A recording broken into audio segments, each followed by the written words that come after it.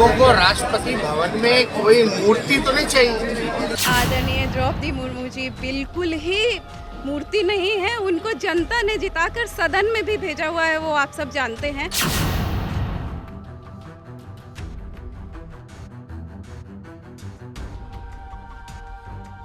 बिहार में बयानों के बीच देश के 16वें राष्ट्रपति के लिए वोटिंग हो गई।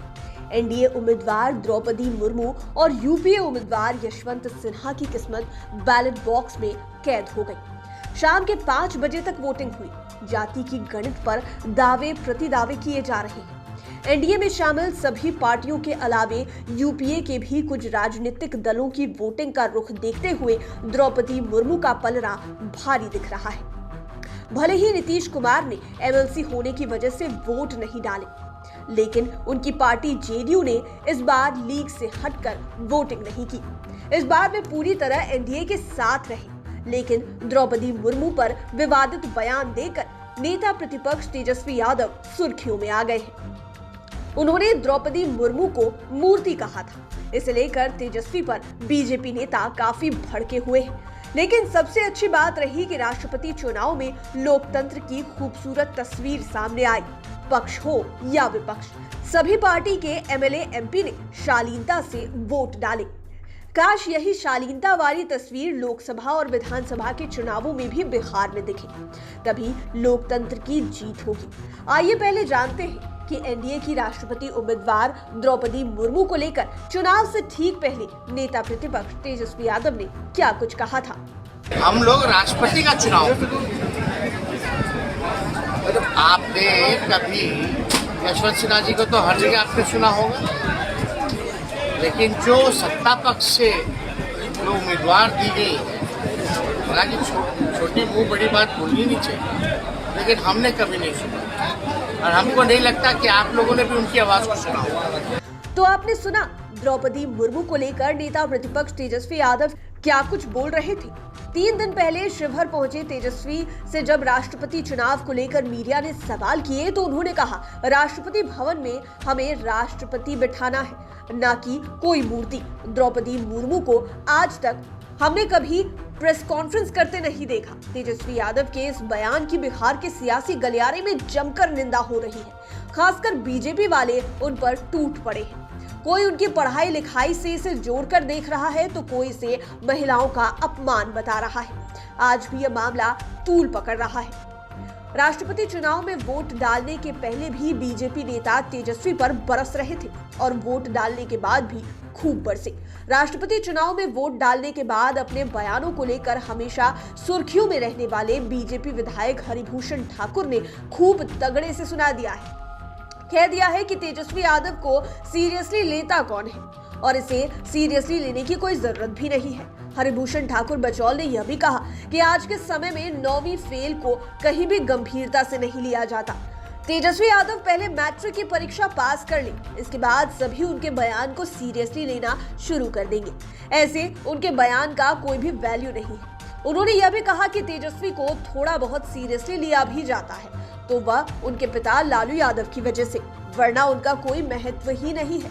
दूसरी ओर वोट गिराने के बाद पथ निर्माण मंत्री नितिन नवीन ने कहा कि तेजस्वी ने अपनी मां राबड़ी देवी के साथ साथ देश की महिलाओं का भी अपमान किया है, इन्हें इसके लिए माफी मांगनी चाहिए। तेजस्वी यादव को इस बात की शायद जानकारी नहीं है कि उनकी मां राबड़ी देवी भी बिहार की मुख्यमंत्री रह चुकी है। तेजस्वी ने सिर्फ अपनी माता राबड़ी देवी ही नहीं बल्कि अपने पिता लालू यादव के फैसले का भी अपमान किया है। जिस प्रकार से तेजस्वी ने एक महिला का अपमान किया है, उन्हें देश की सभी महिलाओं से माफी मांगनी चाहिए।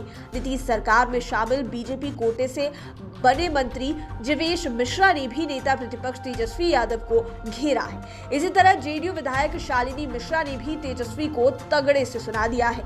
कहा कि जो महिला जनता से चुनकर प्रतिनिधि बनी हो वह कभी मूर्ति नहीं हो सकती।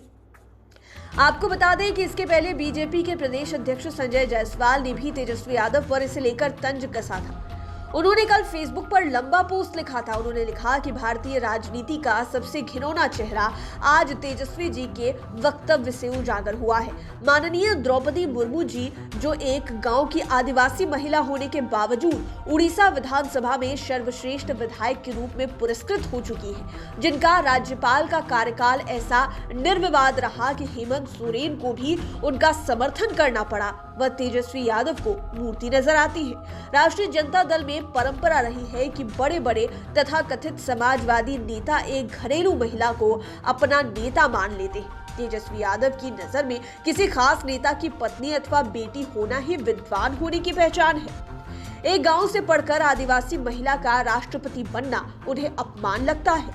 सभी राज परिवारों में यह बीमारी है कि कोई व्यक्ति जिसका किसी परिवार से संबंध ना हो, वह कैसे राष्ट्रपति अथवा प्रधानमंत्री बन सकता है। इसलिए हर कदम पर वह विरोध करते दिखते हैं। हालांकि तेजस्वी यादव ने आज खुलकर जवाब दिया। पत्रकारों से बात करने के पहले उन्होंने अपने पसंदीदा उम्मीदवार को वोट डाला। वोट डालकर विधानसभा से निकलने के बाद तेजस्वी ने कहा, आदिवासी उम्मीदवार की जिन्हें इतनी चिंता है वह आदिवासियों का आरक्षण कोटा बढ़ा दे। हम लोग चाहते हैं कि संविधान का जो ढांचा है, जो लोकतंत्र है, उसको बरकरार रखें। उन्होंने बीजेपी नेताओं पर कमेंट करते हुए कहा कि जिन लोगों को कुछ कहना है या कह रहे हैं उन्हें कहने दीजिए।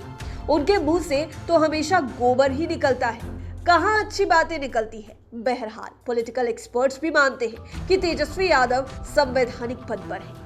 उन्हें इस तरह के बयानों से बचना चाहिए। वे द्रौपदी मुर्मू को मूर्ति बताकर बुरी तरह घिर गए हैं। वे उस दिन भी घिर गए थे जब प्रधानमंत्री नरेंद्र मोदी के सामने भाषण देने में बार बार अटक जा रहे थे। दूसरी ओर जेडीयू के बारे में कहा जा रहा था कि राष्ट्रपति चुनाव में वह उम्मीदवार के इतर वोट करता है। 2012 और 17 में राष्ट्रपति चुनाव में पॉलिटिकल कॉरिडोर ने इसे देखा भी था, लेकिन इस बार कई मुद्दों पर जेडीयू का बीजेपी से खटास होने के बाद भी राष्ट्रपति चुनाव के मुद्दे पर दोनों दल एक दिखे। हालांकि एमएलसी होने की वजह से राबड़ी देवी की तरह नीतीश कुमार ने भी वोट नहीं दिया, लेकिन जेडीयू पूरी तरह से द्रौपदी मुर्मू के समर्थन में खड़ा रहा। बहरहाल राष्ट्रपति पद के लिए आज हुई वोटिंग में शांतिपूर्वक विधायकों ने वोट डाले। बीजेपी के एक विधायक तो स्ट्रेचर पर लेटकर पहुंचे थे। महिला विधायकों ने भी वोटिंग कर काफी खुशी जाहिर की। वहीं राष्ट्रपति चुनाव के मतदान के बाद बैलेट बॉक्स को कड़ी सुरक्षा व्यवस्था में बिहार विधानसभा परिसर से सीधा एयरपोर्ट भेजा गया। पटना एयरपोर्ट से कड़ी सुरक्षा में बैलेट बॉक्स को दिल्ली के लिए रवाना किया गया। अब 21 जुलाई को दिल्ली में वोटों की गिनती होगी और उसी दिन रिजल्ट आ जाएगा। इसके बाद उपराष्ट्रपति पद का चुनाव होगा। इसके लिए भी एनडीए और यूपीए की ओर से उम्मीदवार घोषित किए जा चुके हैं। लेकिन एक बात तो बेशक अच्छी दिखी कि लोकतंत्र के मंदिर में स्वस्थ वातावरण में जिस तरह दोनों पक्षों ने वोट डाले, इससे खूबसूरत लोकतंत्र की तस्वीर और कोई नहीं हो सकती है। बस ऐसी ही तस्वीर लोकसभा और विधानसभा के चुनाव में भी दिखाने की जरूरत है। लाइव सिटीज के लिए राजेश ठाकुर की स्पेशल रिपोर्ट। अगर अभी तक आपने हमारे चैनल को सब्सक्राइब नहीं किया है तो जरूर कर लें। ये वीडियो फेसबुक पर देख रहे हैं तो पेज को लाइक करें, साथ ही साथ हमें ट्विटर पर जरूर फॉलो करें। धन्यवाद।